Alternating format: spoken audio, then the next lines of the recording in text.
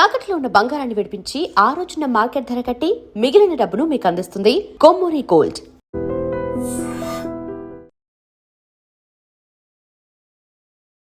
నమస్తే, welcome to I dream social spotlight with Kavitha. ఫిబ్రవరి 28న ఇరాన్ మీద అమెరికా ఇజ్రాయెల్ దాడి చేసిన తర్వాత అది 4వ వారం కంప్లీట్ అయిపోయి 5th వీక్ కి ఎంటర్ అయిపోతుంది. ఈ నేపథ్యంలోనే రోజుకొక స్టేట్మెంట్ అనేది వస్తుంది. అందులోనూ పర్టికులర్ గా ఇరాన్ సరికొత్త సుప్రీం లీడర్ గా ట్రంప్ నే ఉండమని ఇరాన్ కోరింది అనేటువంటి ట్రంప్ స్టేట్మెంట్. నిజంగా ట్రంప్ రోజుకు ఒక రకమైనటువంటి స్టేట్మెంట్ ఎందుకు ఇస్తున్నారు? ఇది ఎండ్ అనేది ఎప్పుడు ఉండబోతోంది? లాజికల్ గా కంక్లూడింగ్ గా ఎవరు ప్రయత్నాలు చేస్తున్నారు? మనతో పాటుగా ఉన్నారు జియో పొలిటికల్ ఎక్స్పర్ట్ గిరిధర్ మామిడి గారు. హలో అండి, నమస్తే. నమస్తే అమ్మా, జై శ్రీరామ్. శ్రీరామనవమి శుభాకాంక్షలు అందరికీ కూడా. థ్యాంక్ యూ అండి. ఎలా ఉన్నారు మీరు? ఐఎమ్ డూయింగ్ ఫైన్ అమ్మా, పర్ఫెక్ట్లీ ఫైన్. ఇప్పుడు మనకు రోజుకొక స్టేట్మెంట్ అనేది ట్రంప్ దగ్గర నుంచి చూస్తున్నాము. సరికొత్త స్టేట్మెంట్ ఏంటంటే, ఫస్ట్ 5 days ఒక బ్రేక్ అనేది ఇచ్చిన తర్వాత నన్నే ఇరాన్ సుప్రీం లీడర్ గా ఉండమన్నారు అనేటువంటి ఎందుకని ఇరాన్ అలాంటి పరిస్థితి ట్రంప్ దాకా వెళ్ళి మీరే ఉండండి అని చెప్పిందా, లేకుంటే ట్రంపే అలా ఒక మైండ్ గేమ్ ఆడుతున్నారంటారా? అమ్మా, ఇరాన్ అన్నది ఒక సాంస్కృతికమైన దేశం. అది మతపరంగా ఇస్లాం స్వీకరించినా కానీ కూడా ఆ దేశంలో వాళ్ళ సంస్కృతి పట్ల వాళ్ళకి చాలా గర్వము, గౌరవము ఉంటుంది. మేము చాలా అనాది, మా సంస్కృతి చాలా ప్రాచీనమైనది అన్నటువంటి అవగాహన ఆ దేశంలో ఉంటుంది. ఒక సివిలైజేషన్ కంట్రీ కింద మనం భావించాలి. 5,000 సంవత్సరాల లిఖిత పూర్వకమైనటువంటి చరిత్ర వాళ్ళకుంది.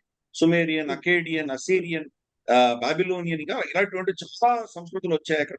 తర్వాత మనకు జొరాస్ట్రియన్ మతం ఉండింది అక్కడ. చాలా చరిత్ర గల ప్రాంతం అదంతా కూడా. కాబట్టి వాళ్ళు ఒకరి ముందర ఒకరు వెళ్ళడం అనేది, దాసోహం అనేది జరిగేటువంటి పరిస్థితి కాదు. రెండవది, మత ఛాందసం వాదం ఉన్నటువంటి ప్రభుత్వం అది. ఎక్స్ట్రీమ్ షియా ఆలోచన దృక్పథం ఉన్నటువంటి, ఇస్లామిక్ కట్టర్ ఆలోచన ఉన్నటువంటి ప్రభుత్వం. సో ఈ రెండు కాంబినేషన్స్ ఎంత డెడ్లీగా ఉంటాయో మనం అర్థం చేసుకోవచ్చు. వాళ్లకు ఆల్రెడీ ఇరాన్ ఇరాక్ యుద్ధం అప్పుడు వాళ్ళు అర్థం చేసుకున్నారు, మనకు అంత శక్తి లేదు, మనం యుద్ధంలో ఓడిపోయామంటే ఎలా తట్టుకోవాలి అన్నటువంటి ప్రోటోకాల్స్ వాళ్ళు అప్పటి నుంచే నిర్ణయించారు. అందుకని మనం చూస్తే కనుక అవే టాక్టిక్స్ వాళ్ళు హమాస్ లో కానీ, హిజ్బుల్లాలో కానీ వాళ్ళకి అటువంటి టాక్టిక్సే నేర్పించారు. ముఖ్యంగా మనం చూస్తే తక్కువ ఖర్చుతోటి ఎక్కువ ఇంపాక్ట్ వచ్చేటువంటి అస్త్రాలు వాళ్ళు తయారు చేస్తారు. మనకు గాజా నుంచి వాళ్ళు అష్కలాన్ మీద ఎక్కువ కొట్టేవారు. అష్కలాన్ పక్కనే ఉంది. వీళ్ళ రియాక్షన్ టైం అయ్యి వీళ్ళ డేవిడ్ స్వింగ్లు, మనకు ఐరన్ డోములు పనిచేసేంత లోపలే అష్కలాన్ లో పడిపోయేది. అష్కలాన్ జస్ట్ ఒక 10 కిలోమీటర్లు, 15-20 కిలోమీటర్ల దూరంలో ఉంటుంది మనకు బార్డర్, గాజా బార్డర్ కి. అలాగే దూరం కొడితే కనుక జెరూసలేం లో, టెల్-అవీవ్ లో, హైఫాలో వాళ్ళు కొట్టగలిగేవాళ్ళు. అలాగే హిజ్బుల్లా కొడుతుండేది. వీళ్ళు మళ్ళీ బొంబార్డ్మెంట్ చేస్తారు అని తెలిసి సొరంగాలు తవ్వుకొని కూర్చున్నారు. ఎంత బొంబార్డ్మెంట్ చేసినా సొరంగాలో దాచిపెట్టుకుంటారు. బొంబార్డ్మెంట్ అంతా అయిపోయాక మళ్ళీ బయటకు వస్తారు. సో ఈ టాక్టిక్స్ అన్నవి వాళ్ళు మాస్టర్ చేసింది ఇరాన్. ఇరాన్ యొక్క ఆలోచన దృక్పథంతో హమాస్ కానీ, హిజ్బుల్లా కానీ వీళ్ళందరూ యుద్ధం చేయగలుగుతున్నారు. హమాస్ కి అయితే కనుక పల్ల ప్రాంతం అది కాబట్టి బిల్డింగ్స్ కింద, మన స్కూళ్ల కింద, హాస్పిటల్ కింద సొరంగాలు తవ్వారు. హెజ్బుల్లాకి అటువంటి సమస్య లేదు, ఎందుకంటే లెబనాన్ అంతా కొండ ప్రాంతం, కొండలో కూడా తవ్వుకుని కూర్చుంది. అలాగే ఇరాన్ లో కూడా, ఇరాన్ లో మనకు జాగ్రెబ్ మౌంటైన్స్ అని ఉంది. మనకు ఇరాన్ ఇరాక్ మధ్యలో డివైడింగ్ అదే జాగ్రెబ్ మౌంటైన్. జాగ్రెబ్ మౌంటైన్స్ దిగంగానే ఇరాక్ మొదలవుతుంది, జాగ్రెబ్ మౌంటైన్ మొదలవగానే ఇటు సైడ్ ఇరాన్ మొదలవుతుంది. సో జాగ్రెబ్ మౌంటైన్స్, అలాగే మనకు అక్కడ ఉన్నటువంటి మనకు ఆఫ్ఘనిస్తాన్ సైడ్ కావచ్చు, లేదా మనకు ఉత్తరాన మనకు టెహరాన్ దాటిన తర్వాత ఉన్నటువంటి ఆ ప్రాంతాలంతా కూడా ఉజ్బెకిస్తాన్ బార్డర్ లో ఉన్నవి పర్వత ప్రాంతాలు. కాబట్టి వాళ్ళకి ఆ పర్వతాల సొరంగాలు తవ్వుకున్నారు. మనకు లాస్ట్ ఇయర్ మనకు పోయిన సంవత్సరం జూన్ లో 12 రోజులు యుద్ధం జరిగినప్పుడు డొనాల్డ్ ట్రంప్ వాళ్ళ B-2 బాంబర్స్ వెళ్ళి ఫర్దో అన్నటువంటి న్యూక్లియర్ సైట్ మీద mother of all bombs, bunker buster bombs కొట్టారు. కొట్టినప్పుడు డొనాల్డ్ ట్రంప్ చాలా ప్రగల్భాలు పలికాడు. We have obliterated the nuclear capacity అన్నాడు. పదం వాడాడు, ఒబ్లిటరేటెడ్. ఒబ్లిటరేటెడ్ ఇంకా సర్వనాశనం అయిపోయింది అన్నాడు. మరి 6 నెలల్లో ఇప్పుడు వాళ్ళు అస్త్రాలు మళ్ళీ తయారు చేసుకుంటున్నారు, వాళ్ళని ఆపడానికి మేము పెట్టామని ఎందుకు చెప్తున్నాడు అంటే వాళ్ళకి అర్థమైంది వాళ్ళ ఆ లాస్ట్ టైం జూన్ లో కొట్టినటువంటి ఆ క్యాంపెయిన్ ఫెయిల్ అయింది అని అర్థం. ఇరాన్ వీళ్ళ బంకర్ బస్టర్ బాంబులకు అతీతంగా దాచిపెట్టుకున్నారు, కొండలో దాచిపెట్టారు. కొండను ఎలా కొట్టగలిగారు? కొండని మామూలు బంకర్ అయితే ఎరగొట్టచ్చు. కొండ లోపల ఎక్కడో సొరంగంలో దాచి పెట్టుకుంటే కానీ దానికి 4-5 అవుట్లెట్స్ పెట్టుకున్నారు వాళ్ళు. ఒక అవుట్లెట్ కొట్టినా కానీ ఇంకో దగ్గర నుంచి వాడికి బయటకు తీయచ్చు. కాబట్టి ఈ టాక్టిక్స్ ని వాళ్ళు మాస్టర్ చేశారు ఇరాన్ చాలా కాలం.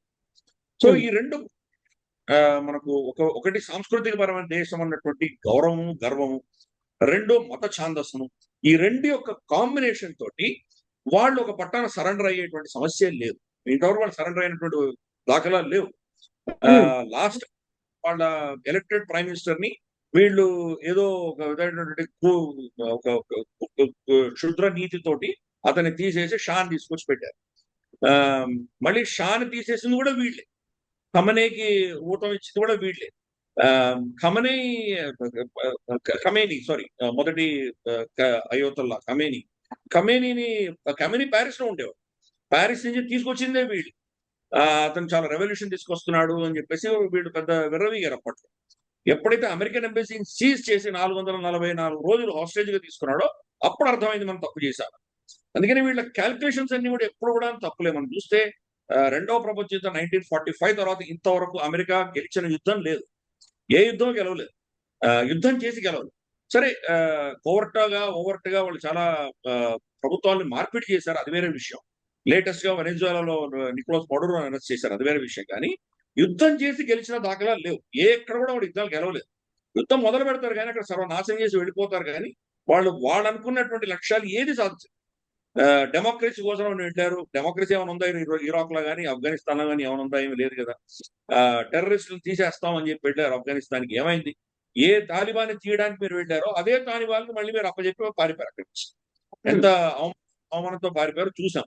కాబట్టి ఇరాన్ లో కూడా అదే పరిస్థితి. ఇరాన్ ఇవన్నీ కూడా బాగా అబ్జర్వ్ చేసి మనకు ఇనిషియల్ రౌండ్ ఆఫ్ అటాక్స్ లో మనం తట్టుకోలేము, మన నేతృత్వం కూడా డికాపిటేట్ అయిపోతుంది, వాళ్ళందరినీ చంపేస్తారు, మన మేజర్ అసెట్స్ అన్ని కొట్టేస్తారు అని చెప్పి వాళ్ళు ఏం చేశారంటే వాళ్ళు ఎయిర్ ఫోర్స్ మీద ఇన్వెస్ట్ కూడా చేయలేదు. పాత ఎప్పుడో షా ఆఫ్ ఇరాన్ ఉన్నప్పుడు కొన్నటువంటి ఎయిర్ క్రాఫ్ట్సే ఉన్నాయి వాళ్ళది. డొనాల్డ్ ట్రంప్ చాలా గర్వంగా చెప్పుకుంటాడు, మేము వాళ్ళ ఎయిర్ ఫోర్స్ మొత్తం ఒబ్లిటరేట్ చేసాం. మళ్ళీ ఆ పదం చాలా వాడతాడు, ఒబ్లిటరేట్ చేసాం. అది లేదు, ఉంటే కదా మేము ఒబ్లిటరేట్ చేయడానికి, దానికి ఖర్చు పెట్టలేదు వాళ్ళు. కానీ లక్షల డ్రోన్స్, లక్షల వేల సంఖ్యలో వాళ్ళు మిజైల్స్ ఇవన్నీ పెట్టుకున్నారు. వాళ్ళకి స్ట్రెంత్ ఎక్కడుందో అక్కడ ఇన్వెస్ట్ చేశారు, ఎక్కడ వీక్నెస్ ఉందో అక్కడ చేయలేదు. నేవీలో కూడా ఏం చేశారంటే పెద్ద పెద్ద షిప్లు లేవు వాళ్ళ దగ్గర, చిన్న మైక్రో షిప్లు పెట్టారు, మైక్రో సబ్మెరీన్స్ పెట్టారు. అవి మీరు ఫస్ట్ డిటెక్ట్ అవ్వవు. అవి రెండు సముద్రంలోకి వెళ్ళి వాళ్ళు మైన్స్ పెట్టేసి రావచ్చు. మైన్స్ పెడితే పరిస్థితి ఏంటి? సో అందుకని వాళ్ళు ఒక అసిమెట్రికల్ యుద్ధం చేస్తున్నారు. ఫస్ట్ కాస్ట్ ఎఫెక్టివ్ అసిమెట్రికల్ యుద్ధం చేస్తున్నారు. డొనాల్డ్ ట్రంప్ తప్పు చేశాడు, అర్థమైంది. మాటలకు ఆయన దానికి అమ్ముడుపోవడం అందామా లేదా ఆ ప్రలోభంలో పడ్డాడు అందామా, తప్పు చేశాడు. తప్పు చేసి యుద్ధంలో దిగాడు. ఇది బెంజమిన్ నెతన్యాహు యొక్క మాస్టర్ స్ట్రోక్. ఇది బెంజమిన్ నెతన్యాహు చాలా కాలంగా అమెరికాని ఇరాన్ వ్యతిరేకంగా యుద్ధంలో దించాలని చాలా ప్రయత్నం చేస్తున్నాడు. అతను కనీసం అంటే ఒక దశకం 10-15 సంవత్సరాల నుంచి ట్రై చేస్తున్నాడు. ఫైనల్ గా డొనాల్డ్ ట్రంప్ ఒక వీక్ పాయింట్స్ పట్టుకొని ఈ రోజు అమెరికా దాంట్లో ఇన్వాల్వ్ చేయగలరు. ఒక్కసారి అమెరికా బరిలో దిగింది అంటే కనుక అమెరికా ట్యాక్స్ పేయర్స్ పైసలతోటి, అమెరికా మిలిటరీ పవర్ తోటి ఇరాన్ ని వాడు కొట్టుకుంటారు. ఈ రోజు ఇజ్రాయెల్ ఇరాన్ తో ఏం సంబంధం లేదు. మహా అంటే రోజుకు బాంబు వేసి వస్తున్నాడు అంతేగాని కంప్లీట్ ఫోకస్ హిజ్బుల్లా మీద, సౌత్ లెబనాన్ మీద పెట్టాడు ఇజ్రాయెల్. సౌత్ లెబనాన్ ని కబ్జా చేసుకుంటున్నారు. సో వాళ్ళ యుద్ధాలు వాళ్ళు చేసుకుంటున్నారు. వాళ్ళకు చాలా క్లియర్ స్ట్రాటజీ ఉంది ఇజ్రాయెల్ కి, అమెరికాను వాడుకున్నది. సో డొనాల్డ్ ట్రంప్ ఏంటంటే ఒక 4-5 వారాలు టైం ఇచ్చాడు. 4-5 వారాల్లో రిజిమ్ చేంజ్ అయిందా, సరే ఈ టార్గెట్స్ అచీవ్ అయినాయా, సరే 4-5 వారాలు అయిపోగానే అతనికి ఇంకా దాని మీద ఇంట్రెస్ట్ పోయి ఇక్కడి నుంచి బయటపడాలి అని మొదలుపెట్టాడు. కానీ అధికారం ఉంటుంది కదా, తన మాగా సపోర్టర్స్ కి నేను గెలిచానని చెప్పుకోవాలి, నేను ఓడిపోయానని చెప్పుకోకూడదు. గతంలో ఓడిపోయిన ఉదంతాలన్నీ కూడా తన గెలుపుగానే చిత్రీకరించుకున్నాడు. ఎగ్జాక్ట్ గా 1 year బ్యాక్ అతను ప్రెసిడెంట్ అయిన నెలకే హౌతీల మీద దాడులు ఆర్డర్ ఇచ్చాడు. మన యెమెన్ లో ఉన్నటువంటి హౌతీల మీద. ఆ హౌతీల మీద ఆర్డర్ ఇస్తే కనుక సరే వీళ్ళ దగ్గర టామ్ హాక్ మిసైల్స్, థాట్ అవి ఇవి వీళ్ళ దగ్గర ఉన్నటువంటి టెక్నాలజీ ఇంత కాదు, వరల్డ్ సూపర్ పవర్ ఊరికే అనరు దాన్ని. ఎక్కడో 1000 కిలోమీటర్ల 15-20 వేల కిలోమీటర్ దూరంలో వెళ్ళి ఆపరేట్ చేసి రాగలరు. నాన్ స్టాప్ 30 గంటలు 40 గంటలు ఆకాశంలో తిరుగుతూ వాళ్ళు టార్గెట్ ని చేంజ్ చేసి కొట్టగలరు. వాళ్ళకి కెపాసిటీస్ ఉన్నాయి, అందుకనే సూపర్ పవర్ అన్నాం. సో వాళ్ళు ఈ యొక్క ర్యాక్ ట్యాగ్ టెర్రరిస్ట్ ఆర్గనైజేషన్ ఉన్నటువంటి హౌతీలను కొడదామని వెళ్ళాడు. హౌతీలు ఏం చేశారు, వాళ్ళు చైనా నుంచి, ఇరాన్ నుంచి చీప్ టెక్నాలజీ తెచ్చుకున్నారు.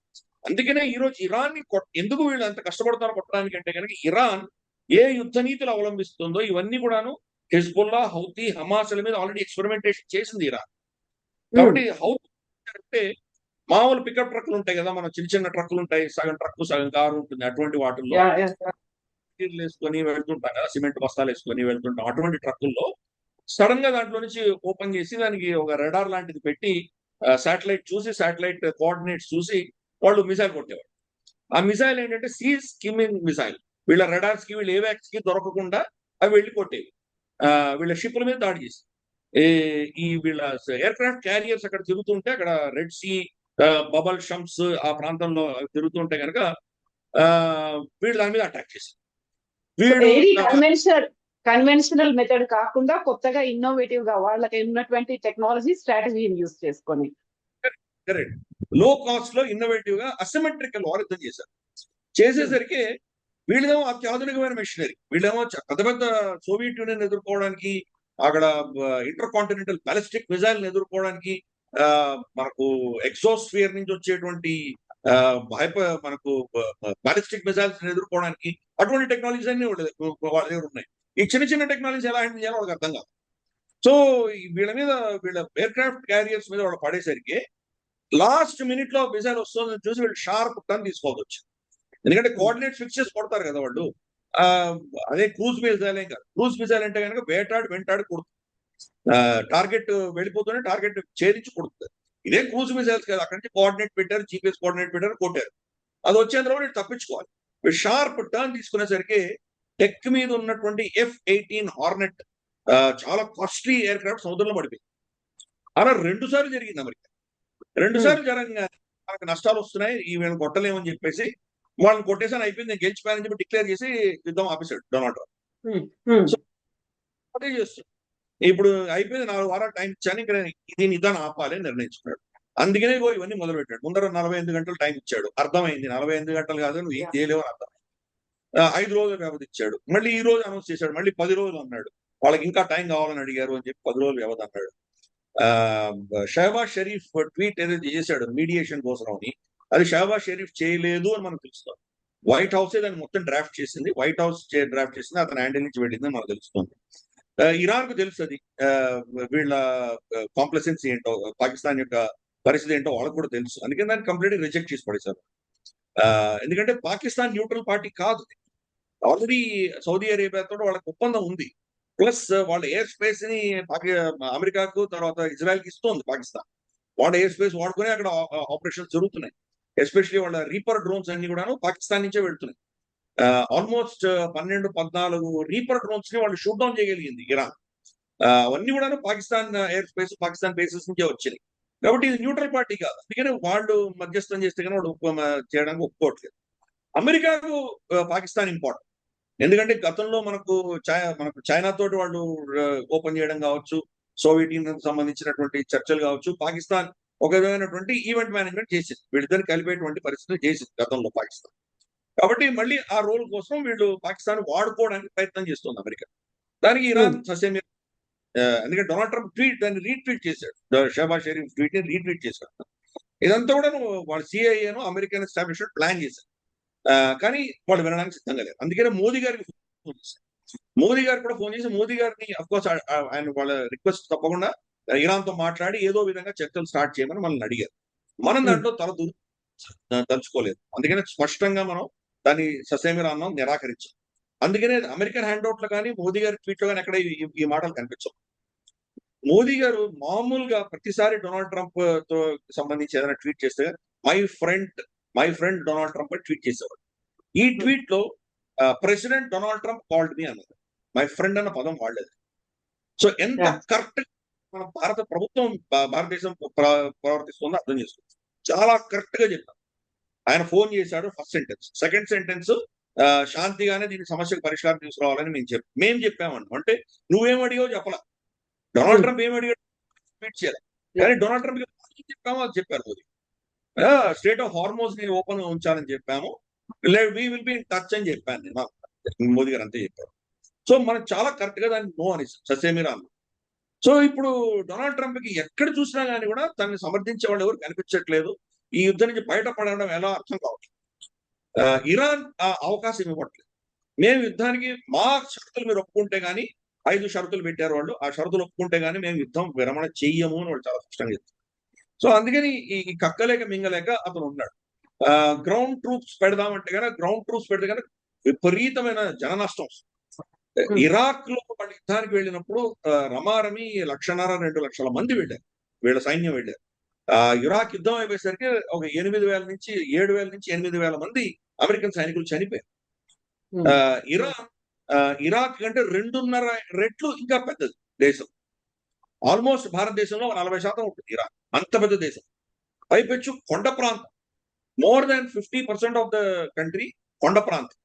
ఇరాక్ అంతా పల్లె ప్రాంతం. ఈజీగా వాళ్ళు ఇన్వైట్ చేయగలిగారు. కువైట్ నుంచి వెళ్ళగలిగారు. ఏవో చేయగలిగారు. కానీ ఇక్కడ మీరు ఎలా వెళ్తారు? కొండల్లో ఎలా వెళ్తారు మీరు? అంత పెద్ద టెరిటరీని ఎలా ఆక్యుపై చేయగలరు? కనీసం అంటే 5 లక్షల సైన్యం దించితే కానీ వాళ్ళు గ్రౌండ్ ఇన్వేషన్ చేయలేదు అమెరికా. ఏదో వీళ్ళు మనకు నేవీ సీల్స్ ని వాళ్ళని పంపిస్తున్నాం అంటున్నారు. కమాండోస్ పంపిస్తాం అంటున్నారు. 4,500 మంది డిప్లాయ్ చేసినట్టు మనకు తెలుస్తాం. గతంలో 2,000 ఇంకా అదనంగా 2,500 పంపిస్తున్నారు. ఏం చేస్తారు వీళ్ళు? కర్గ్ ఐలాండ్ తీసుకుంటారు. ఓకే, తీసుకున్నారు అనుకుందాం. కర్గ్ ఐలాండ్ తీసుకుంటే మాత్రం దాన్ని వాళ్ళు రిటైన్ చేయగలరా? మొదటిది అక్కడ మొత్తం మైన్స్ పెట్టేశారు వాళ్ళు ఇరాన్. వీళ్ళు వెళ్తే కనుక అక్కడ చాలా క్యాజువాలిటీస్ వస్తాయి. 2 ఏదో విధంగా తీశారు. అది కూడా కష్టం యాక్చువల్గా. మనకు నార్మండీ ల్యాండింగ్ 1944లో రెండవ ప్రపంచ యుద్ధంలో నార్మండీ ల్యాండింగ్ తర్వాత ఈ రోజు దాకా సముద్రం నుంచి ఇన్వేషన్ చేసి గెలిచిన యుద్ధం లేదు. ఏదో చిన్న చిన్న వీటిల్లో శక్తి లేని వాటిలో జరిగాయి. ఫర్ ఇన్స్టెన్స్ మనం వెళ్ళాం, మనం ఆపరేషన్ క్యాక్టస్ చేసాం, మనం మాల్డీవ్స్ లో గయూమ్ ని సేవ్ చేసాం మనం. అటువంటిది చిన్న చిన్న అసలు నథింగ్ 160 మంది ఉన్నారు. వాళ్ళని మనం ఈజీగా మనం టేక్ డౌన్ చేయగలిగాం. మన సైన్యం, మన నేవీను, ఎయిర్ ఫోర్స్ వెళ్ళి దాన్ని సమస్య పరిష్కరించగలిగారు. అది కూడా భారతదేశం చేసింది. అమెరికా కానీ ఇంక ఏ దేశం కూడాను ఒక ఐలాండ్ ని క్యాప్చర్ చేసి దాన్ని వాడు టేక్ ఓవర్ చేసిన ఉదంతాలు లేవు. రెండవ ప్రపంచ యుద్ధంలో కూడా అంత పెద్ద మిలిటరీ జగర్నాట్ నాజీ హిట్లర్ సైన్యము ఇంగ్లీష్ ఛానల్ క్రాస్ చేయలేకపోయారు. యూకేని కబ్జా చేసుకోలేకపోయారు. బొంబార్డ్మెంట్ చేశారు. యూకే మీద విపరీతమైన బాంబులు వేశారు. కానీ టేక్ ఓవర్ చేయడానికి వాళ్ళు అది క్రాస్ చేయలేక, అందుకని సముద్రం క్రాస్ చేసి వెళ్ళి తీసుకోవడం అన్నది ఆల్మోస్ట్ నెక్స్ట్ ఇంపాసిబుల్. ఇంతవరకు జరగలేదు చరిత్రలో. పోనీ డొనాల్డ్ ట్రంప్ చాలా గొప్పవాడు, వాళ్ళ దగ్గర చాలా అద్భుతమైన సైన్యం ఉంది, చేస్తారని అనుకుందాం. కర్గ్ ఐలాండ్ ఎక్కడుంది? ఇరాన్ కి 15 కిలోమీటర్ల దూరంలో. ఎక్కడి నుంచి వెళ్ళాలి వీళ్ళు బోట్లు? కువైట్ నుంచి వెళ్ళాలి, లేదా బహ్రెయిన్ నుంచి వెళ్ళాలి, లేదా సౌదీ నుంచి వెళ్ళాలి. ఇక్కడి నుంచి కనీసం అంటే ఒక 100 కిలోమీటర్ల దూరంలో, 100-150 కిలోమీటర్ల దూరం ప్రయాణం చేసి వెళ్ళాలి. వాళ్ళకి 15 కిలోమీటర్లు. మీరు వస్తున్న సిగ్నల్స్ చైనాను రష్యా వాళ్ళకి ఇస్తోంది కదా, మనకి ఇరాన్ తెలుస్తోంది కదా. ఇమ్మీడియట్ వాళ్ళు ఫైరింగ్ మొదలు పెడితే ఏం చేస్తారు? మీ స్థావరాలను మీరు కాపాడుకోలేకుండా ఉంటారు. మీ ఎంబసీలను కాపాడుకోలేకుండా ఉంటారు. వాటి మీద బాంబులు కొడుతుంటే మీరు అందరు వెళ్ళి హోటల్లో దాచుకుంటున్నారు. మరి బోట్లో వస్తున్న వాళ్ళని టార్గెట్ చేస్తే ఏం చేస్తారు? అది వల్నరబుల్ కదా. ఒకవేళ కర్గ్ ఐలాండ్ ల్యాండ్ అయ్యారే అనుకుందాం. ఫస్ట్ ల్యాండ్ మైన్స్ ఉంటాయి. ఫైనల్ గా దాన్ని టేక్ ఓవర్ చేశారే అనుకుందాం. ప్రతిరోజు బొంబార్డ్మెంట్ ఉంటుంది కదా అక్కడి నుంచి. వాళ్ళు 1000 కొట్టచ్చు. మీరు మెయిన్ ల్యాండ్ మీ స్థావరాలలోనే మీరు ఐరన్ షీల్డ్లు, థాడ్లు, ఈ డిఫెన్స్లు పెట్టుకోలేనప్పుడు కర్గ్ ఐలాండ్ ఏం పెట్టగలరు మీరు? షార్టేజ్ ఉంది కాబట్టి మీరు సౌత్ కొరియా నుంచి తెచ్చుకుంటున్నారు కదా, థాడ్ అక్కడి నుంచి షిఫ్ట్ చేస్తున్నారు. రేపు యూరోప్ నుంచి షిఫ్ట్ చేయొచ్చు, ఎక్కడెక్కడి నుంచో షిఫ్ట్ చేయొచ్చు. ఎంత తెచ్చినా కానీ కూడా ఎన్ని రోజులు హ్యాండిల్ చేయగలరు? పోనీ అల్టిమేట్ గా దాన్ని మీరు కంట్రోల్ కూడా తీసుకున్నారు అనుకుందాం. కర్గ్ ఐలాండ్ నుంచి అక్కడి నుంచి ఆయిల్ బయటికి తీయాలంటే హార్మోజ్ క్లోజ్ ఉంది. Hormuz straight of Hormuz open అవ్వండి, ఎలా బయటికి వెళ్తారు? స్ట్రేట్ ఆఫ్ హార్మోజ్ లో కొన్ని ఐలాండ్స్ టేక్ ఓవర్ చేద్దాం అంటారు. 7-8 ఐలాండ్స్ ఉన్నాయి వాళ్ళకి, క్రిటికల్ మేజర్ ఐలాండ్స్ ఉన్నాయి. ఎన్ని ఐలాండ్స్ టేక్ ఓవర్ చేయగలరు మీరు? ఇక్కడ వాళ్ళు ప్లస్ వాళ్ళు 10 లక్షల మందిని వాళ్ళు మొబిలైజ్ చేసింది ఈరోజు ఇరాన్. సో వాళ్ళు ఓపెన్ గా చెప్తున్నారు, రండి మీరు దాని దమ్ముంటే రండి, మీరు సైన్యం తీసుకురండి అంటారు. So military it is impossible. కనీసం అంటే 5-6 లక్షల మందిని అక్కడ డిప్లాయ్ చేయాలి. పోనీ ఇంకొన్ని వర్షాలు అంటే వీళ్ళు ఒక స్పెషల్ ఎలీట్ టీం వెళ్ళి నతాన్స్ లో ఉన్నటువంటి వీళ్ళు స్టోర్ చేసిన 460 కిలోగ్రాముల న్యూక్లియర్ మెటీరియల్ ఎక్కడో కొండలో దాచిపెట్టారు. దానిని వీళ్ళు ఒక టీం వెళ్ళి దాన్ని అక్కడి నుంచి ఎక్స్ట్రాక్ట్ చేసి తీసుకొస్తారంట. అది అన్స్టేబుల్ మెటీరియల్. ఫస్ట్ సొరంగం లోపల ఎక్కడ పెట్టారో తెలియదు, తెలుసుకొని అక్కడికి వెళ్ళాలి. అంతవరకు వాళ్ళ ఐఆర్జీసీని వాళ్ళ సైన్యం ఊరుకుంటుందా? మీరు అక్కడికి వెళ్ళారంటే మీ మీద అటాకులు జరగవా? ప్లస్ అక్కడి నుంచి తీసుకురావాలంటే మీరు ఫ్లైట్ లో తీసుకురాలేరు, ఫ్లైట్ ల్యాండ్ అవ్వలేదు. హాలీవుడ్ F-35 అయినా కొట్టగాలేదు. మీరు అక్కడ ఫ్లైట్ లో హ్యాంగ్ వచ్చారంటే షూట్ డౌన్ చేస్తారు. పోనీ మీరు హెలికాప్టర్లు ఏదో ల్యాండ్ అయ్యారు అనుకుందాం, ఆ హెలికాప్టర్ బ్లాస్ట్ అయితే పరిస్థితి ఏంటి? ఈవెన్ ఒసామా బిన్ లాదెన్ ని చంపేటప్పుడు కూడా వాళ్ళ హెలికాప్టర్ క్రాష్ అయిపోయింది ఏదో ఒకటి. సో మరి అప్పుడు వాళ్ళు హాస్టేజెస్ తీసుకుంటే ఏమవుతుంది పరిస్థితి? ప్లస్ దాన్ని ఎయిర్ క్రాఫ్ట్ లో తీసుకురాదు, ల్యాండ్ గుండా తీసుకురావాలి. అక్కడి నుంచి మినిమం తీసుకురావాలంటే ఒక కనీసం అంటే ఒక 1000 కిలోమీటర్ దూరంలో కానీ మీరు దాన్ని తీసుకురారు. 1000 కిలోమీటర్ ఎలా తీసుకొస్తారు కొండ ప్రాంతం నుంచి? ఐఆర్జీసీ మిమ్మల్ని అటాక్ చేయకుండా ఉంటుందా? So it is militarily almost impractical మాట్లాడుతున్నారు ఇప్పుడు వీళ్ళు. కానీ డొనాల్డ్ ట్రంప్ ఏం చేస్తున్నాడంటే వీళ్ళని పంపిస్తున్నాడు, ఆప్షన్ ట్రై చేస్తున్నాడు. అంటే ఇప్పుడు ఒక విధమైన ప్రెషర్ పెట్టేటువంటి ప్రయత్నం చేస్తున్నాడు. గతంలో మనం చూసామంటే ప్రతిసారి చర్చలు జరుగుతూ ఉండగా చర్చలని ఒక నెపంగా పెట్టుకుని యుద్ధం చేశారు. కాబట్టి ఈసారి కూడా ఇరాన్ ఎటువంటి అపోహలో లేదు. ఇప్పుడు చర్చలు అంటున్నాడు, చర్చలు చేయట్లేదు. ఫస్ట్ ఇరాన్ నేను చేయట్లేదు అని చెప్తున్నారు. రెండు చర్చల పేరిట మళ్ళీ ఈ సన్నద్ధాలు చేసి ఇవన్నీ కూడా ప్రిపరేషన్ చేసి ఏదో విధమైనటువంటి గ్రౌండ్ యాక్షన్ చేయడానికి అమెరికా సిద్ధపడుతోంది. They are not ready. వాళ్ళ ఆర్మీను వాళ్ళ స్పెషల్ ఫోర్సెస్ మాకు ఇంకా టైం కావాలని వాళ్ళు చెప్పారు. కాబట్టి అది ఇరాన్ నన్ను అడుగుతోంది టైం అన్నట్టు దాన్ని చిత్రీకరించే ప్రయత్నం డొనాల్డ్ ట్రంప్ చేస్తున్నారు. సో అందుకని ఇరాన్ యుద్ధం ఆపట్లేదు, మేము యుద్ధానికి మేము సీజ్ ఫైర్ ఒప్పుకోలేదు, మేము కొడుతున్నాము. లాస్ట్ టైం జూన్ లో 12 days తర్వాత సీజ్ ఫైర్ ఒప్పుకోవడమే తప్పు చేశాం మేము, ఈసారి అటువంటి తప్పు చేయి అని వాళ్ళు కొడుతున్నారు. కంటిన్యూస్ కొడుతున్నారు, నాన్ స్టాప్ వాళ్ళ టార్గెట్స్ కూడా కొడుతూనే ఉన్నారు.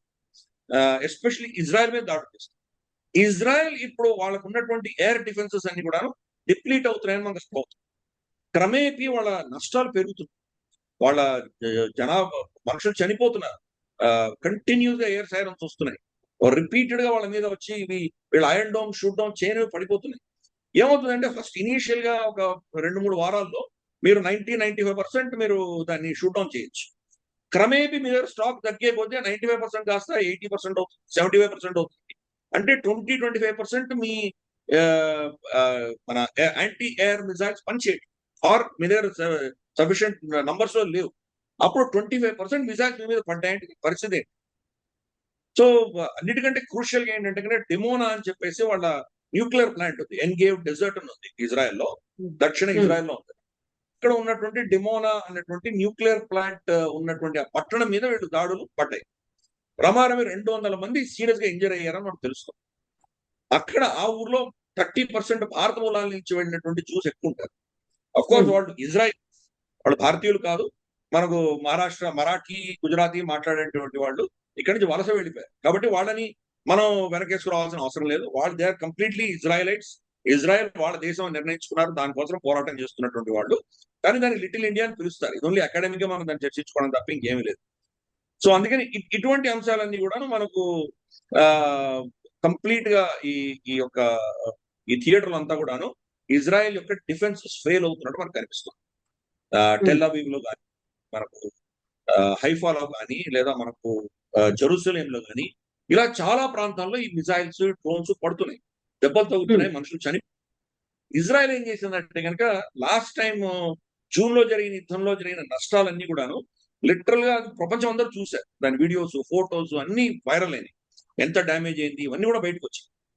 ఈసారి వాళ్ళు దాన్ని కంట్రోల్ చేయడానికి ఏం చేశారంటే సెన్సర్ చేశారు. సెన్సర్ చేసి దాన్ని ఎవరు కూడా వీడియోస్, ఫోటోస్ షేర్ చేయడానికి వీల్లేదు. ఒకవేళ పడుతున్నటువంటి మిజైల్స్ ఫోటో షేర్ చేస్తే 5 సంవత్సరాలు జైలు శిక్ష ఉంటుంది. పడి అయినటువంటి ఆ ఏరియాని కనుక వీళ్ళు ఫోటోలు, వీడియోలు తీసి షేర్ చేస్తే ఇంకొక 5 ఏళ్ళు. అంటే అంత స్ట్రిక్ట్ సెన్సర్షిప్ పెట్టినా కానీ కూడా ఇన్ఫర్మేషన్ లీక్ అవుతుంది. వాళ్ళు బాగా గణనీయంగా దెబ్బతింటున్నారని మనకు తెలుస్తుంది. బెంజమిన్ నెతన్యాహుకి ఎంత సెక్యూరిటీ ఉంటుందో, అతని ప్రాణానికి ఎంత రక్షణకి ఎంత కవచంగా ఉంటారో, ఈ అంత సెక్యూరిటీ వలయం ఉంటుందో, అంతకు కొన్ని 100 రెట్లు ఎక్కువ ఈ డిమోనా న్యూక్లియర్ ప్లాంట్. ఎందుకంటే ప్రైమ్ మినిస్టర్ చచ్చిపోతే ఇంకో ప్రైమ్ మినిస్టర్ వస్తాడు. కానీ ఇది న్యూక్లియర్ ప్లాంట్ దెబ్బతిందంటే మొత్తం ఆ దేశ భవిష్యత్తు మొత్తం దెబ్బతింటుంది. అంత సెక్యూర్డ్ న్యూక్లియర్ ప్లాంట్ మీద వాళ్ళు కొట్టగలిగారంటే ఇంకా ఇజ్రాయెల్ పరిస్థితి ఏంటో అర్థం చేసుకోవచ్చు. సో అందుకని డొనాల్డ్ ట్రంప్ దీని నుంచి ఆఫ్ ర్యాంప్ అంటారు, వెళ్ళిపోయి యుద్ధం ఆపేసే ప్రయత్నం చేస్తున్నాడు. ఆ విషయంలో డొనాల్డ్ ట్రంప్ మనం అప్రిషియేట్ చేయాలి. ఎందుకంటే జార్జ్ బుష్ జూనియర్ ఈ యొక్క ఇజ్రాయలీ ప్రాజెక్ట్ లో ఇరుక్కుని ఆల్మోస్ట్ 1.5 దశకం 2 దశకాలు యుద్ధం చేశాడు ఇరాక్. ఇంతమంది సైన్యం వెళ్ళారు, equipment, Gola, billions of dollars, trillions of dollars economy అంతా దెబ్బతినింది. వేల సంఖ్యలో వాళ్ళ మనుషులు చనిపోయారు. అటువంటి లాంగ్ ప్రొట్రాక్టెడ్ యుద్ధం చేయదలుచుకోలేదు. 4-5 వీక్స్ టైం ఇచ్చాడు, తప్పు అయిపోయింది, ఓకే ఇప్పుడు నేను ఐ వాంట్ స్టాప్, వెళ్ళిపోవాలని ట్రై చేస్తున్నాడు. అందుకనే ప్రతి is knocking at every door, ఎవరో వచ్చి ఆపండి యుద్ధాన్ని ట్రై చేస్తున్నాడు. అన్ఫార్చునేట్ ఎవరు కూడా దానికి సిద్ధంగా లేరు.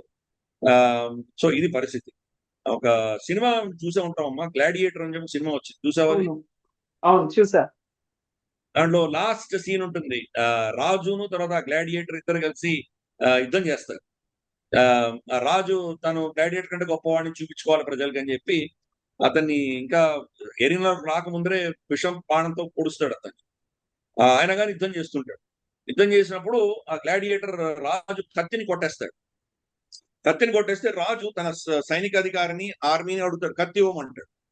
కత్తి ఇవ్వమంటే ఆ సైనికాధికారి చెప్తాడు, షీత్ యువర్ సోర్డ్ అంటాడు. అంటే మీరు కత్తి ఇవ్వకండి అంటాడు. సైన్యం అంతా కూడా వాళ్ళు కత్తి దాచిపెట్టుకుంటారు, రాజుకి ఇవ్వరు. అప్పుడు ఒక ఇంకా వెంటాడి రాజు చంపేస్తాడు గ్లాడియేటర్. ఈ రోజు ఆ సీన్ మీరు గుర్తుపెట్టుకుంటే కనుక ఈ రోజు ఇరాన్ అమెరికాలో జరుగుతుంది అదే. అంటే ఆల్రెడీ విషబాణం పెట్టింది ఇరాన్, అంటే గ్లాడియేటర్ ఇరాన్ అనుకుందాం కాసేపు, రాజు యుఎస్ఏ అనుకుందాం. ఈ రోజు యుఎస్ఏ ప్రతి ఒక్కరి దగ్గర అడుగుతుంది నాకు కత్తి ఇవ్వండి అని. ఎవ్వరు కూడా ఇవ్వడానికి సిద్ధంగా లేదు. నేటో పక్కకు తప్పుకుంది, గల్ఫ్ తప్పుకుంది, భారతదేశం లాంటి దేశాలు తప్పుకున్నాయి, అందరు దూరం వెళ్ళిపోయారు. వాళ్ళ యుద్ధం వాళ్ళే చేసుకోవాల్సినటువంటి పరిస్థితి డొనాల్డ్ ట్రంప్. సో ఇరాన్ ఎలాగో చచ్చిపోతుంది, వాళ్ళు బాగా గణనీయంగా నష్టపోయారు, అమెరికాను కూడా వదలట్లేదు. సో ఎగ్జాక్ట్ ఆ సీన్ ఏదైతే ఉందో ఈ రోజు జరుగుతున్నది, మనం దానికి కంపారిజన్ చూడవచ్చు. అటువంటి పరిస్థితి ఈ రోజు అమెరికా ఎంత నష్టపోతుందో మనం చూస్తున్నాం. Trillions of dollars, almost something like close to $6 trillion వాళ్ళ మార్కెట్ క్యాప్ అంతా ఎగిరిపోయింది. $6 trillion మార్కెట్ క్యాప్. భారతదేశపు జీడిపి మనది $4 trillion. సో అంత ఇష్టం ఆ దేశానికి వచ్చి. సో ఇది అక్కడ జరుగుతున్నటువంటి పరిస్థితి. అందుకని వాళ్ళు ఎకనామిక్ గా బాగా దెబ్బతిన్నారు. వాళ్ళు అమెరికా బాగా గణనీయంగా దెబ్బతింది, ప్లస్ వాళ్ళ అలైస్ అందరూ దెబ్బతిన్నారు. ఇవన్నీ షార్ట్ టర్మ్. ప్రతి యుద్ధంలో ఏవో నష్టాలు ఉంటాయి, ఎకానమీ దెబ్బతింటుంది, మళ్ళీ కొన్ని రోజుల తర్వాత మళ్ళీ పుంజుకుంటారు, ఇవన్నీ బాగానే ఉంటాయి. కానీ అమెరికా ఎక్కడ నష్టపోయిందంటే అమెరికా మీద ఈరోజు నమ్మకం. ఈ రోజు అక్కడ ఉన్నటువంటి అమెరికన్ అలైస్, గల్ఫ్ లో ఉన్న వాళ్ళందరూ కూడా ఈరోజు అమెరికాని ఏమంటున్నారంటే, నువ్వు ఇరాన్ ఓడించండి ఇక్కడి నుంచి కదలొద్దు అంట. ఎందుకంటే నువ్వు మధ్యలో వెళ్ళిపోయావంటే కనుక ఈరోజు మేము ఇరాన్ కి బానిసలుగా ఉంటాం. రేపు పొద్దున అనివార్య పరిస్థితి. ప్రతి షిప్ కి వాడు టోల్ ఫిక్స్ చేస్తాడు, 1 million 2 million అంటాడు, మేము ఇంకా వాడికి దాసోహం అనాలి. కాబట్టి ఆ పరిస్థితి తేకు, నువ్వు యుద్ధం చేయొద్దు అని చెప్పాము. యుద్ధం స్టార్ట్ చేయగానే చాలా చెప్పాను, నువ్వు వినలేదు మా మాట. స్టార్ట్ చేసినాడు, మధ్యంతరంగా వెళ్ళకు, ఇరాన్ ని కంప్లీట్ గా నాశనం చేసి వెళ్ళు అని యుఏఈ తర్వాత సౌదీ వీళ్ళందరూ ట్రంప్ కు చెప్తున్నారు. కానీ ట్రంప్ ఇంట్రెస్ట్ పోయింది. ట్రంప్ ఏంటంటే, ఈ వారం నేను ఇరాన్ ని కంప్లీట్ చేశాను, నెక్స్ట్ వచ్చే వారం నేను క్యూబాని తీసుకోవాలి, 2 వారాల తర్వాత నేను నిద్రపోయి రెస్ట్ తీసుకొని మరాలాగులో గోల్ఫ్ ఆడుకొని వస్తాను, తర్వాత గ్రీన్లాండ్ ని తీసుకుంటాను, మళ్ళీ దాని తర్వాత ఒక 2 వారాల తర్వాత నేను పనామాని తీసుకుంటాను, నేను ప్రెసిడెంట్ గా ఉన్నంత లోపల సగం ప్రపంచం నేను మొత్తం అమెరికా టేక్ ఓవర్ చేసేస్తాను. సో ఇది ఆయన ఆలోచన. సో ఇప్పుడు ఇరాన్ తీసుకోలేని అర్థం ఏమిటంటే దాని మీద వేస్ట్ చేయడం తలుచుకోలేదు, వదిలేద్దాం, ఏదైతే అయింది ఇంకెవరు చావు వాళ్ళు చేస్తా, నేను వెళ్ళిపోతాను అనుకుంటున్నాడు. సో వెళ్ళనివ్వకుండా దాన్ని పట్టుకున్నాను. దాంతో ఇప్పుడు లాంగ్ టర్మ్ ఇంపాక్ట్ చాలా ఉంటాయి. ఒకటి, అమెరికన్ డిఫెన్స్ అన్నది, అమెరికన్ సోకాల్డ్ న్యూక్లియర్ అంబ్రెల్లా వాళ్ళ డిఫెన్స్ అన్నది ఫెయిల్ అయింది అని అర్థం. సో ప్రత్యామ్నాయాలు చూసుకోవడం మొదలు. సరే, చైనా దగ్గరికి వెళ్తారా? China is a strong option ఇది వాళ్ళందరికీ కూడా. రష్యా ఆఫ్ కోర్స్ గణనీయంగా దెబ్బతినింది యుక్రెయిన్ యుద్ధంలో, కాబట్టి Russia may not be an option, China could be an option. కానీ చైనా ఎవరితో అలయన్స్లు పెట్టుకో, ఇంతవరకు చైనాని నమ్ముకున్న ఏ దేశం బాగుపడలేదు, అందరినీ నట్టేయడం ఉంచిపోయింది చైనా. సో ఆల్టర్నేట్స్ ఏమున్నాయి? సో సౌదీ అరేబియా వచ్చేసి పాకిస్తాన్ తోటి పెట్టింది. కానీ పాకిస్తాన్ అంతకంటే, పాకిస్తాన్ అమెరికాకి బానిస. సో అమెరికా ఏం చెప్తే అది వింటారు వాళ్ళు. ఈ రోజు వాళ్ళ నేటో టైప్ ఆఫ్ అగ్రిమెంట్ వాళ్ళకు ఉంది. ఇరాన్ మరి ఈ రోజు సౌదీ మీద దాడి చేస్తోంది, పాకిస్తాన్ ఏం చేయట్లేదు, వాళ్ళ సమర్థనకి ఏం రావట్లేదు. పైపెచ్చి ఇప్పుడు అమెరికాకి మధ్యవర్తిత్వం చేస్తానంట, అంటే that is completely against Saudi interest. So అందుకని ఈ పరిస్థితుల్లో కూటములు మారుతాయి. భారతదేశం కూడా మనం కూడా ఎవరికి అలయన్స్లు పెట్టుకోము, ఎవరికి మనం ఏదో రక్షణ చేస్తామని ఇటువంటి చెప్పం. మనం చెప్పిందంతా ఒక్క భూటాన్కి మాత్రమే చెప్పాం. భూటాన్కి మాత్రం మనం సెక్యూరిటీ ఇస్తున్నాం. మనం అదొక్కటి భూటాన్ మినహాయిస్తే ఏ దేశానికి కూడా మనం ఏం గ్యారంటీస్ ఇవ్వలేదు, మనం ఏం చేయట్లేదు. సో కాబట్టి ఇప్పుడు అమెరికాకు ఆల్టర్నేటివ్స్ ఎక్కడ ఎమర్జ్ అవుతాయి ఇది చూడాలి. నేటో మరి అమెరికాను వదిలించుకొని వాళ్ళు సపరేట్ గా వాళ్ళు కూటమి పెట్టుకుంటారా, లేదా భారతదేశం నెక్స్ట్ స్టెప్ తీసుకొని మనం ఇలా అమెరికా వెకేట్ చేస్తున్న ప్రాంతాలని మనం ఫిల్ చేసేటువంటి ఒక కీలకమైన నిర్ణయం భారతదేశం తీసుకుంటుందా, లేకుండా తటస్థంగా నన్ను ముట్టకు నామాల కాకేని ఇంతవరకు మనం ఉన్నాం అలాగే కంటిన్యూ అవుతాం. ఇవన్నీ కూడా రాబోయే రోజుల్లో సమీకరణలు చాలా మారుతాయి. అలాగే డాలర్ యొక్క ఆధిపత్యం తగ్గేటువంటి అవకాశాలు. ఇప్పుడు డాలర్ అవసరం అందరికీ, ఎందుకంటే చమురు ధరలు పెరిగిపోయాయి కాబట్టి అందరికీ డాలర్లు కావాలి. అందుకని డాలర్ ధర పెరుగుతోంది. బంగారము, స్టాక్ మార్కెట్స్, క్రిప్టో కరెన్సీస్ ఇవన్నీ పడ్డాయి. ఇక్కడ నుంచి ఇన్వెస్ట్మెంట్స్ తీసుకెళ్ళి డాలర్లో పెడతారు. యుద్ధం అయిపోయిన తర్వాత డాలర్ నుంచి తీసేస్తారు. డాలర్ ప్రత్యామ్నాయాలు విపరీతంగా రాబోతుంది. అప్పుడు it's different ball game all together. So ఒక్కసారి సౌదీ అరేబియా కనుక నాన్ డాలర్ ట్రేడ్ మొదలు పెట్టిందంటే అమెరికన్ డాలర్ పని అయిపోయింది. అందుకనే వాళ్ళు యుద్ధాలు చేస్తారు. ఆ డాలర్ పెట్రోలియం కనెక్షన్ ని కట్ అవ్వకుండా వాళ్ళ ఆధిపత్యం చూపించుకోవడానికి యుద్ధం చేస్తున్నారు. అన్ఫార్చునేట్ ఇది అట్టర్ ఫ్లాప్ అయింది కాబట్టి యుద్ధం తర్వాత సమీకరణాలు మారుతాయని చెప్పడం చాలా కష్టం. లాంగ్ టర్మ్ ఇంపాక్ట్ చాలా ఉండబోతున్నాయి. అమెరికా యొక్క పతనం ఎలాగో స్లో డౌన్ అవుతోంది, తగ్గుతోంది, కానీ దాన్ని డొనాల్డ్ ట్రంప్ యాక్సిలరేట్ చేస్తున్నారు. టారిఫ్ వార్ తో కావచ్చు, లేదా ఈ వార్ ఆఫ్ చాయిస్ అంటారు. War of necessity, war of choice అని రెండు ఉంటాయి. ఇది వార్ ఆఫ్ చాయిస్. అసలు చేయవలసిన అవసరమే లేదు, యుద్ధం చేయవలసిన అవసరం లేనటువంటి దాంట్లో అనవసరంగా వెళ్ళి కేలికాడు. కాబట్టి దీని వల్ల ఈరోజు అమెరికా మీద గౌరవము, అమెరికా మీద నమ్మకం గణనీయంగా క్షీణించింది. కాబట్టి ఇమ్మీడియట్ గా వాడు అమెరికా నుంచి బయటకు వెళ్ళలేరు. వాళ్ళు క్రమేపీ ఆల్టర్నేట్స్ అనేవి రాబోతున్నాయి. అమెరికా యొక్క ఆధిపత్యం అనేది తగ్గుతుంది. కాబట్టి వాళ్ళు ఇలా యుద్ధాలు చేస్తూనే ఉండాలి. అమెరికా యుద్ధాలు మానేసిందంటే అమెరికాని ఓడి పట్టుకో. సో ఎంతవరకు చేయగలరు వాళ్ళు? ప్లస్ ఇప్పుడు ఉన్నటువంటి ఈ అసిమెట్రికల్ వార్ లో వాళ్ళు తట్టుకునేటువంటి పరిస్థితి అమెరికా ఉందా? తాలిబాన్ ఓడించింది, హౌతీలు ఓడించారు, ఇప్పుడు ఇరాన్ ఓడిస్తోంది. సో అమెరికా యొక్క మిలిటరీ మైట్ అన్నది ఆ హైయెస్ట్ టెక్నాలజీలో యుద్ధం చేస్తోందంతా కూడా ఫ్లాప్ అవుతుంది. సో పాఠాలు నేర్చుకోవాలి, మనం కూడా నేర్చుకోవాలి. మనకు కూడా గల్వాన్ ఘటన జరిగేటప్పటికి కొల్నల్ సంతోష్ బాబు గారి బలిదానం అయ్యేంత వరకు కూడా మన దగ్గర డ్రోన్స్ లేవు. డ్రోన్స్ ఆయన చనిపోవాల్సిన అవసరం ఉండేది కాదు. చైనీస్ పిఎల్ఏ వెళ్ళిందా లేదా మన డ్రోన్ వెళ్ళి చూసొచ్చి ఉండేది. వీడు పెట్రోలింగ్ వెళ్ళినప్పుడు వాళ్ళు అటాక్ చేశారు, ఏమైందో మనకు అంతకు తెలుసు. ఇప్పుడు స్టోరీ కట్ చేస్తే 5 ఏళ్లలో పిఆర్ఆ డ్రోన్ సూపర్ పవర్. ఈ రోజు ఆపరేషన్ సింధూర్లో ఎలా చేసామో చూసాం. మన మీద 1000 డ్రోన్లు వేసాడు, మొత్తం షూట్ డౌన్ చేయగలిగాము. మన మిలిటరీ ఎస్టాబ్లిష్మెంట్ ఒకటి కూడా టచ్ అవ్వకుండా మనం కొట్టగలిగాము. పైపెచ్చు సివియర్ డ్యామేజ్ ఇన్ఫ్లిక్ట్ చేయగలిగాము. ఈ రోజు మన చిన్న చిన్న పిల్లలు, స్టార్ట్అప్ కంపెనీలు మనకు బెంగళూరులో, హైదరాబాద్ లో, చెన్నైలో, పూనాలో అద్భుతాలు సృష్టిస్తున్నారు. వాళ్ళ డ్రోన్ టెక్నాలజీ ఎలా ఉంటుందో చూస్తున్నాం. స్టెల్త్ లో కానీ, దాని స్పీడ్ లో కానీ, దాని కెపాసిటీస్ లో కానీ, స్వాన్ డ్రోన్స్ కానీ, యాంటీ డ్రోన్స్ కానీ, లేదా ఎలక్ట్రానిక్ వార్ఫేర్ సూట్స్ లో కానీ విపరీతమైనటువంటి ఒక విధాన ఫ్లర్రీ ఆఫ్ యాక్టివిటీ జరుగుతుంది మన భారతదేశంలో. అందుకని ఈ అసిమెట్రిక్ వల్ల అమెరికా ఎక్కడ, అమెరికా సిద్ధంగా లేదు. సో అందుకని ఈ మేజర్ సమీకరణలు జరగబోతున్నాయి. యుద్ధ నీతులు మారబోతున్నాయి. The way we are going to fight is going to change. Economies మారబోతున్నాయి. Unipolar world anyway it's gone. Multipolar world కూడా వస్తుంది. హెటరోపోలార్ వరల్డ్ వస్తుంది. ఇప్పుడు ఇది నిర్ణయించేది బహుశా కార్పొరేట్స్, కంపెనీలు నిర్ణయిస్తాయి. ఆ పరిస్థితికి వెళ్ళిపోతున్నాం మనం. So it's a huge shift జరగబోతోంది. డొనాల్డ్ ట్రంప్ తోటి టచ్ చేశాడు, అది మాత్రం ఆయన చేతిలో లేదు. So let us keep watching. అంతకంటే ఏం చేస్తాం మనం. Yes, thank you so much, Girdhar garu, for the elaborate analysis. Thank you so much, Andy. Thank Namaste. you.